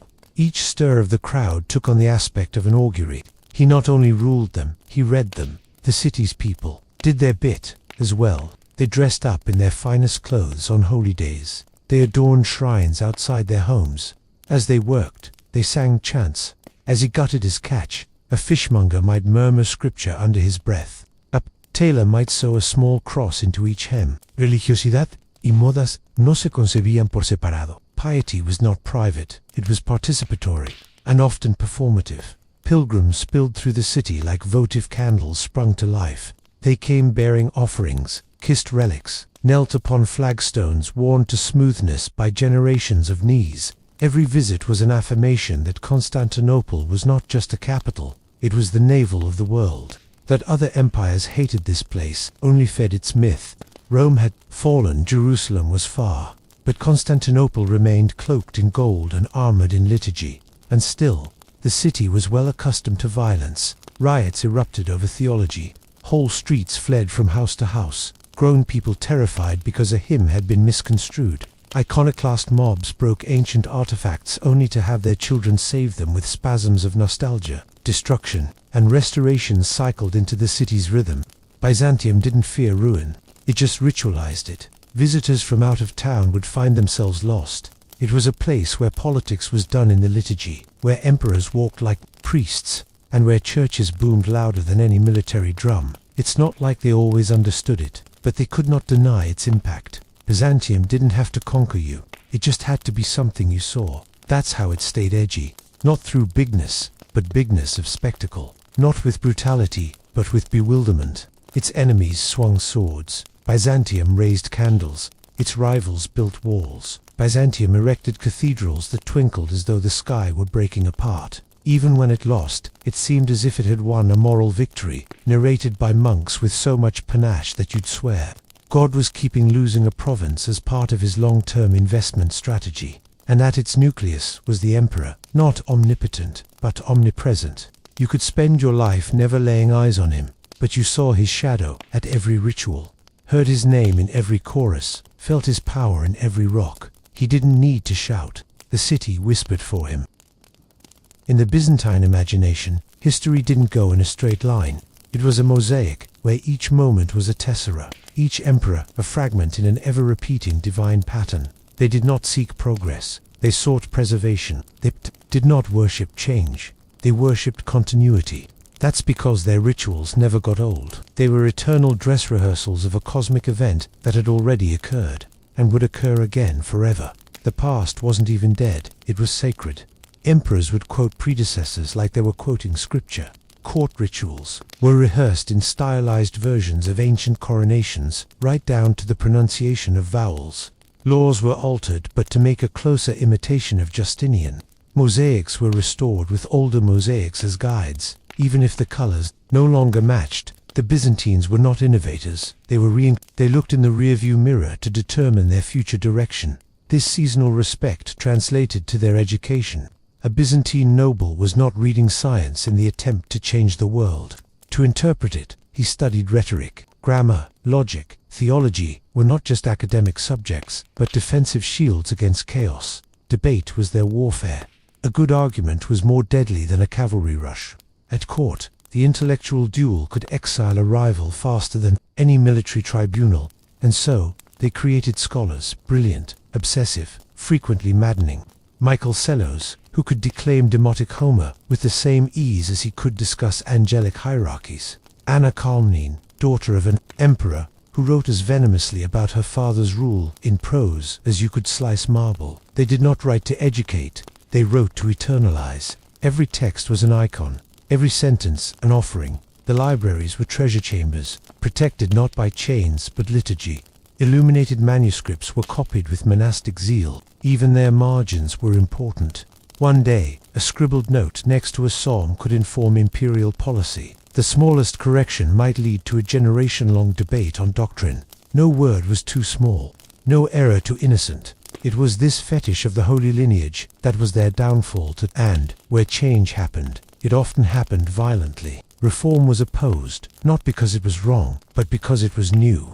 The court could forgive a heretic sooner than it could a reformer. Heresy could be corrected. Novelty was insidious, and when Byzantine rulers did actually reform, they did so in ritualized drag. A new tax was never just *new. It was a restitution of true Roman practice. A military change constituted the restoration of old principles. Inventions had to be clothed in the livery of resurrection. Nothing could be born, it had to be reborn. And yet, for all this nostalgia, Byzantium was profoundly pragmatic. It sucked the foes into its own mythos.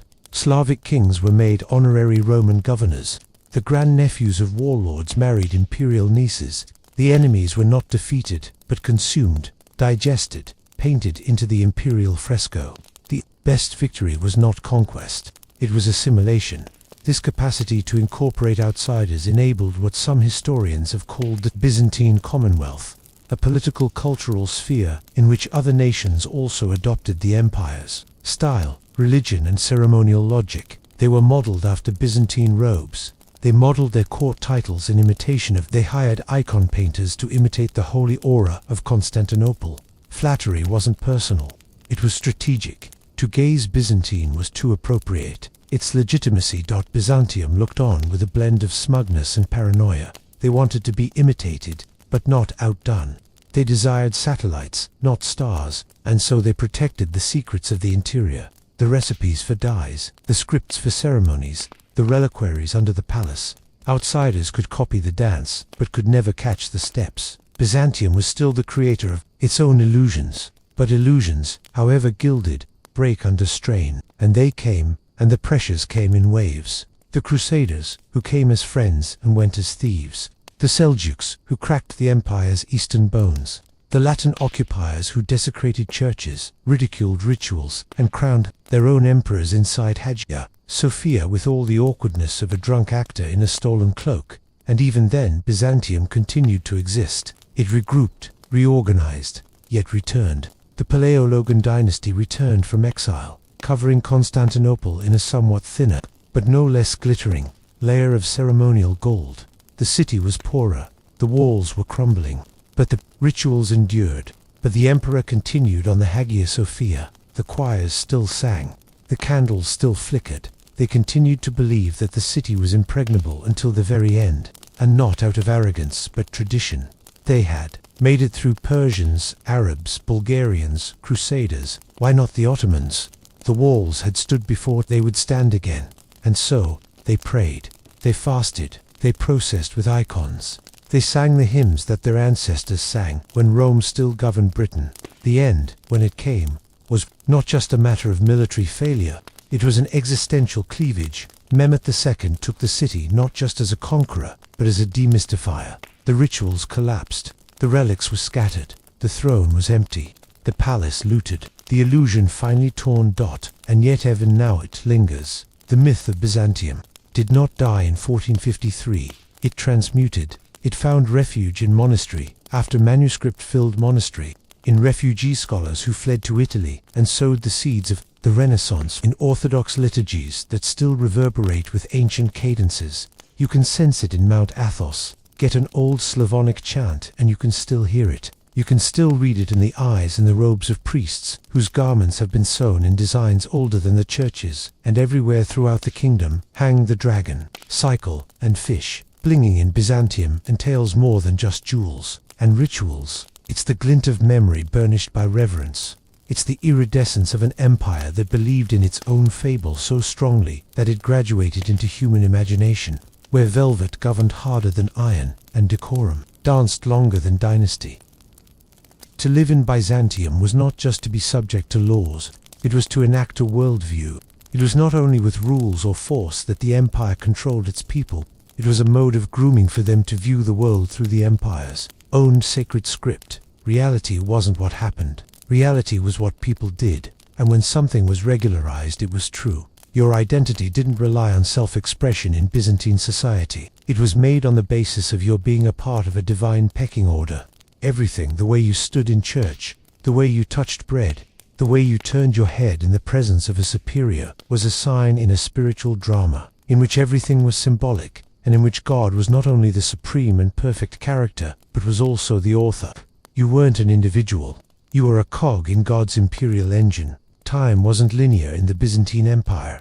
It was liturgical. There were no years and numbers. You sensed them in feast days, saints' anniversaries, imperial celebrations, fasts and processions. Tuesday might as well be Tuesday for a farmer in Gaul, but for the citizens of Constantinople, it might be the day that the Theotokos was venerated, or a day that the banners were raised over the city for a victorious emperor, or a loss, reframed into a theological test.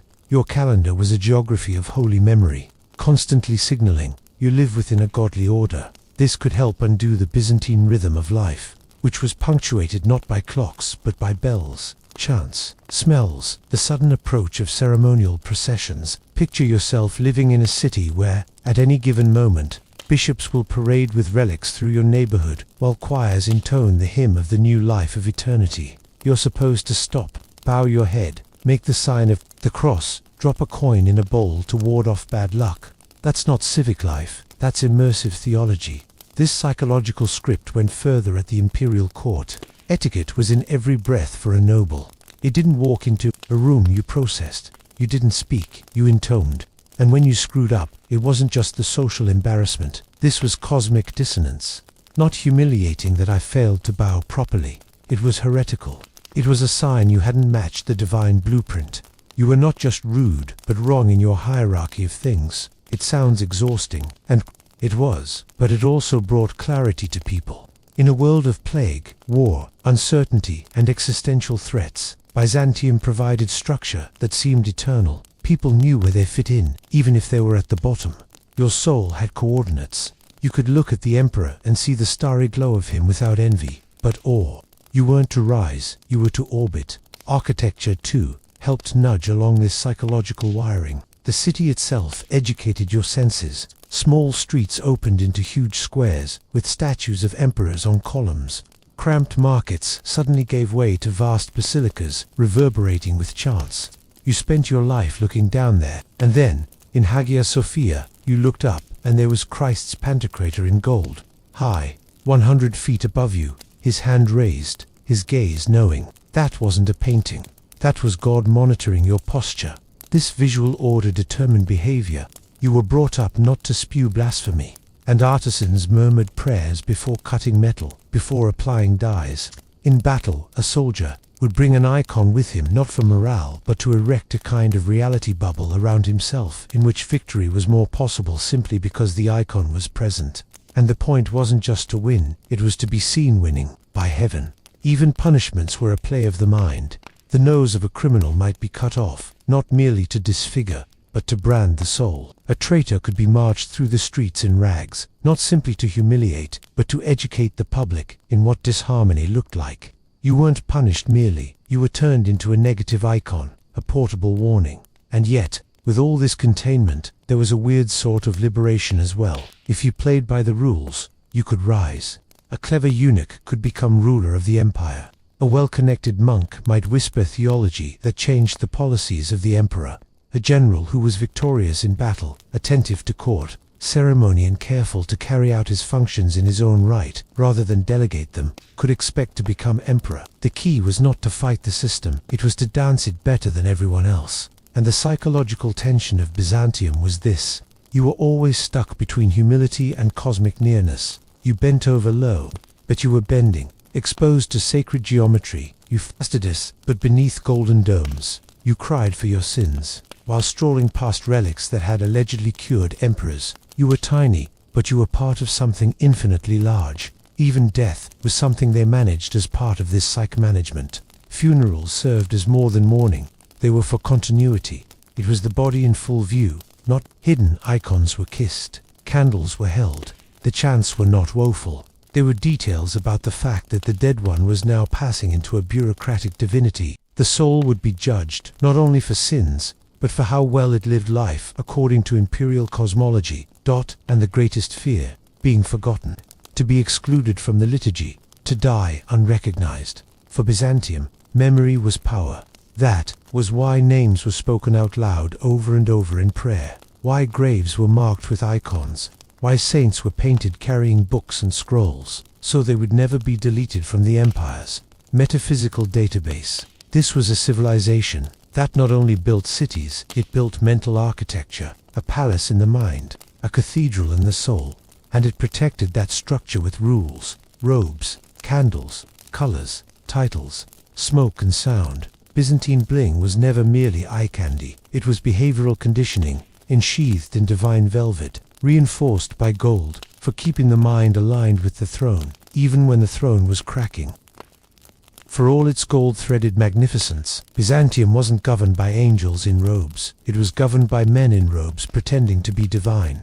For every sparkling mosaic, there is a sweaty artist climbing a scaffolding, 12 courtiers practicing the gestures needed to avoid banishment at each backdrop, and behind every emperor, a body count. The Byzantine court was not just a pageant, it was a pressure cooker. At the apex was the emperor, a man who was supposed to behave like God and think like Machiavelli. He was surrounded by not friends but functionaries, generals who hid daggers in flattery, eunuchs who could crush your career with an arched eyebrow, monks who employed theology like a scalpel. It was beauty fueled by political cannibalism. 1. Rule held sway in the palace, survive the spectacle, or get burned alive by it. Now think about the emperors themselves. They weren't born under a sign of peace. They were tossed into a ritualistic blender. Some were intellectuals, some were warriors, others were unacquainted puppets who had been hoisted up onto the throne by relatives who had imbibed too much ambition with their wine. But they all had to wear the same robe, sit on the same throne, and broadcast the same message. I am above the law. I am appointed. I am bling made flesh. But robes don't stop knives. Most emperors, too, were killed by their own guards, cousins, chamberlains, or mothers. And yet the rituals never shattered. As soon as one emperor dropped dead, they could be poisoned, strangled. The next stepped in and went through the same ceremonial entry, the same cloud of incense, the same divine endorsement, as if nothing had happened. It's because, in admitting to the mess, he would blow up the illusion. This fostered a culture where betraying was a means to career advancement. Assassinators almost never were punished. If the empire survived, the act was discreetly sanctified. Man could move from disgraced monk to emperor in a year, provided he performed his ascent with the correct decorum. That was the catch. Sin was forgivable, if it was stylish. Take Basil the Macedonian, a peasant who schmoozed his way into court, graduated to the role of emperor's stable master, and then comperor, and finally became sole emperor after maneuvering to have his predecessor killed. How did he justify it? With churches, feasts, reforms, and more gold than a dragon's hoard. The empire didn't mind how you reached the throne. It gave a shit how you did once you got it. Even empress wives and mother empresses got in on the game. Empress Theodora, the one who was married to Justinian, started out as an actress, aka very not okay at the time, yet she went to become one of the most powerful women in imperial history. She didn't rise by violence. She lifted herself up through the bling. Her image in mosaics depicts her with a chalice, attended by court ladies, and with symbols of divine power. She doesn't look happy. She looks unshakable, like she owns the building and the narrative, but the cost. Immense loyalty was a thing that every courtier had to be giving, as it were, all the time. One ill-considered remark, one unapproved friendship, one ambiguous nod at a feast, and you could disappear. Exiled to a monastery, blinded, tonsured, forgotten. There were no casual Fridays in Byzantium. The court was a runway for consequences. Artists felt the pressure as well. Icon painters were walking a theological tightrope. Depict Christ as too human and you're a heretic. To divine, same problem. The ratios had to adhere to sacred geometry. The eyes had to be all-seeing. And what if the rules were changed by a council of bishops? Well, scrape the wall and start over. Even architects were scrimping for potato peels. The architects Anthemius and Isidore, designers of Hagia Sophia, were renowned for their brilliance. But what if the dome had fallen during consecration? They'd have been scooted naked through the city, like symbols of cosmic offense. Your building didn't just have to stay up, it had to carry symbolic irony for eternity. Or you should have died. Clergy were caught in a golden guilt loop of their own. Patriarchs weren't gnomes. Of course they could excommunicate emperors, interpret dreams, anoint kings. But they also had to walk a dual script. Speak like heaven, act like a politician.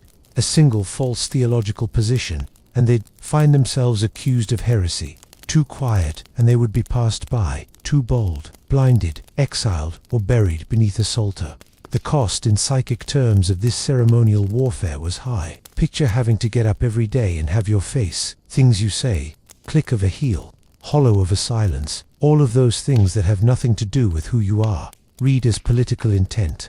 Sincerity was a weakness in this world. What counted was fluency in ritual, the ability to know when to smile, when to look appalled, when to recite, and when to disappear behind the curtains like a silken ghost. Even family wasn't safe. Brothers betrayed brothers, sons turned on fathers, mothers conspired behind veils, with court eunuchs as pawns. Byzantium did not have casual family dinners.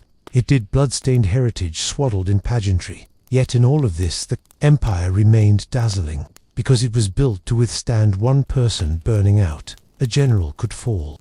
An emperor might be strangled, but the next day the choir sang, the relics processed, the banners flew, the public bowed. The illusion had momentum. It was a system that devoured people, but protected symbols, a throne that never mourned, an empire that even tragedy was gilded. And in that paradox, suffering clothed in splendor, one finds the terrifying, inspiring genius of Byzantine grandeur. Byzantium did not make it in the textbooks. It survived in reflexes. It survives not because the names of its emperors are remembered, but because we continue mindlessly to repeat its gestures. Its real legacy is not a date or a battle. It is the continued instinct that power must seem holy, that ceremony bestows legitimacy, that gold equals authority. In a place that frequently boasts of the empire it left behind, Byzantium is a soft whisper, really, for the truth is, we never ceased enacting empire. Every red carpet event, every coronation, every presidential inauguration, every cathedral, with its domes and its echoes, it's all echoes of Constantinople. The podium is our throne. The handbag is our Tyrian purple. The military salute, the national anthem, the slow parade into the halls of government, not just order. It's ritualized belief in the principle of hierarchy. Byzantium knew that. That feeling you get when you walk into a grand government building and feel small, that's Byzantine architecture doing its job centuries later. You stand in a religious service. The incense hits you in the senses, the robes and voices all moving with a terrifying precision, and for a moment, you are inside a Byzantine algorithm. Digital life isn't exempt. Even your social profile manicured, filtered, branded, is your personal bling, your very own mobile courtly display. You protect your DMIs like imperial corridors. Your biodat's your ceremonial title. The game hasn't changed. The stage slid into your pocket. Byzantium didn't die in 1453. It metastasized. It bled into the Baroque mania for grandeur. It haunted the palaces of the Enlightenment. It glimmered through the facades of 20th century regimes, and it flutters down, finally, to the back end of social platforms, the logo of companies, and the runway of fashion, and the pageantry of diplomacy. It taught us to associate beauty with order, power with distance, ritual with trust. It taught us how to wrap fear in gold, how to cloak fragility in robes, how to confer destiny upon hierarchy. And in doing so, it accomplished something no empire has ever pulled off. It transformed the illusion into the inheritance. For all that, Byzantine Bling was not simply bling. It was language, it was mind control, it was a staging of political theater, recast as holy choreography. Somewhere, right now, a human is bowing to an office, a title, a uniform, not because they believe in the person dressed in it, but because the show feels interminable. And that feeling, that moment of wonder in a presence, something gold-lit, high and lifted up, imponderable, that's not new, that's Byzantine.